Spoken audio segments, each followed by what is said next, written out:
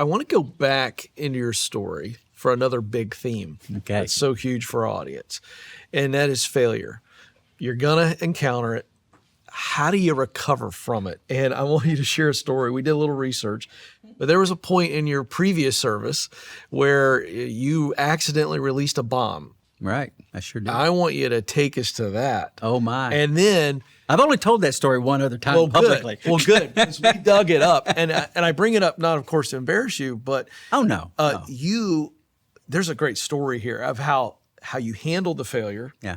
And then how it sets you up for the future. I'd love you to just share. So I'll just share. Yes, the story is this. We were over Bosnia, and we're carrying live weapons. We're doing simulated close air support with ground individuals, people on the ground, to simulate prosecuting targets. And the reason we had live bombs is because there was life threats, and we could be called in at any moment. I won't go into all the details, but in the course of doing this simulation, a live bomb was released from my aircraft. I take 100% of the responsibility. I was flying an F-18. Mm-hmm. It has a HUD tape where you have a switch you turn on to video the heads-up display. And while I was doing this training, the HUD tape was off. I didn't even have it on. When I looked over at my master arm switch, the master arm switch is on or off. When I looked at my master arm switch after this bomb comes off, the master arm switch was in the middle. Oh, wow. It wasn't off. It wasn't on. When I do my checks, my combat checks, master arm switch is off. When I go through everything, master arm switch is off. What I now know that I didn't realize at the time, instead of seeing and verifying the switch was in the off position, I verified the switch was not in the on position because it wasn't. I didn't even think about that then. This is all after the fact. So the fact that it was in the middle, what had happened is it's a point that you bring this toggle switch out over. I don't know where the camera is, but you bring it out so it'll slide on or it'll slide off. Well, that end of that had rounded off from just years and years of use, and it got stuck right in the middle. So my master arm switch was on, was not off. It wasn't in the on position, but the system saw it as on. You have an indicator in your heads-up display that shows whether or not your master arm switch is on or off. I didn't see that. I didn't look at that. So I'm a single-seat aviator. I got a dilemma. I just released a bomb over Bosnia accidentally, and I don't have my HUD tape on, so I could lie. I could say, I don't know what happened. I could lie, or I could be honest. If you want to perform at a high level, you've got to protect your focus. That's why I use Delete Me. Spam calls, junk emails, and scams steal your time, and they happen because your personal data is all over the internet. Delete Me finds your personal data online and removes it for you, and they keep cleaning it up month after month. Folks, you can't afford to lose your focus. You've got more important work to do. So go to joindeleteme.com/frontrowseat and get 20% off an annual plan. Integrity. Morally compromised. I can't do it. So I turned my HUD tape on and videoed the fact that the master arm was on, because I didn't want to tempt myself, because I had an hour before I got back to the ship. So I turned it on to video the fact and verified that my master arm switch was in the on position. Do you know? And then told the story. I mean, did the bomb create? Well, the ground person is relaying me onto an arbitrary target. He calls me onto this red thing in a fence line, and that's what I designated. That's where the bomb hit. Turns out it wasn't the right red thing. Thankfully. It was another red thing that it was off in another spot, and nobody was there. At the time, though, you drop a bomb and it explodes. I'm thinking Leavenworth. 100%. I mean, literally, because I've got to remember what I said: commitment, preparation, responsibility. Right.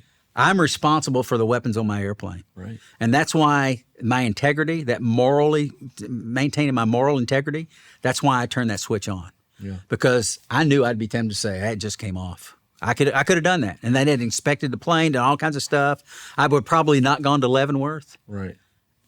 And for everybody knows what Leavenworth is, the military prison. right? Fortunately, I got called on. What I thought was the target was not the target, by God's grace.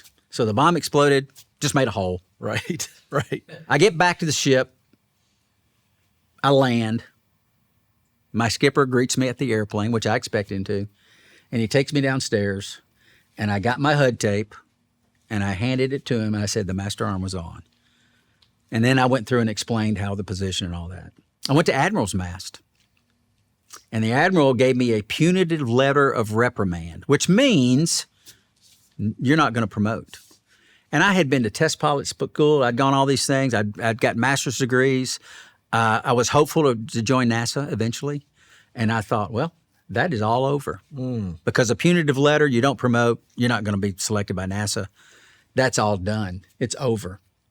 But I tell you what, I think the Lord, I know the Lord has his hand in all of these things. And I don't think he necessarily, you did the right thing, I'm going to reward you. I don't think the Lord works that way. But he had taught me, I'd learned from Word, I learned from my parents, I learned from my coaches, I learned from life that integrity matters, even in the difficult times. And if my integrity means I'm going to go to Leavenworth, then so be it. My integrity is that important to me.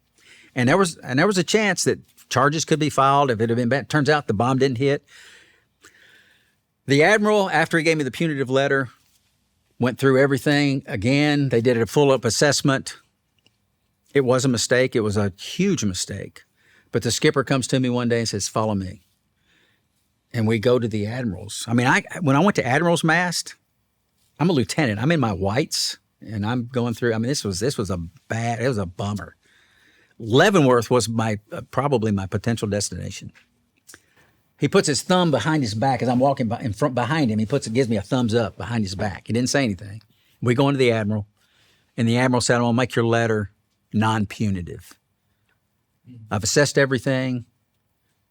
I'd had a good record, a really good record, all the way through flight, everything, up to that point. And he weighed everything, and he gave me a non-punitive letter. A non-punitive letter means if nothing happens before you end that tour, when you end that tour, that letter is removed from your record. And he changed it to a non-punitive letter. Wow. By God's grace. Or I wouldn't be sitting here right now. Right. It's absolutely. That was that significant. I did not write that in the book. I didn't put that in the book, but not because I was trying to hide it, but I wasn't sure how to weave it into all the narrative. It's probably a pretty important story. We'll put that in the second book. It's huge. Well, it is. So I'm so glad you shared the story. So how did you CSI that? After you come out of his office, now you're like, okay, my career is back on track. How did you learn from that failure? Psychologically, emotionally, technically, whatever you want to share. How did you process that failure? I think that foundation that God's Word had given me, that honoring Him is paramount over everything. Right.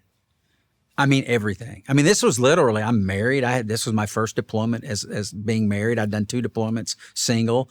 I had a new bride.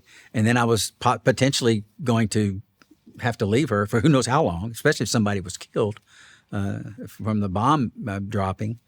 But integrity is paramount over everything. Doing the right thing, even when it's really hard.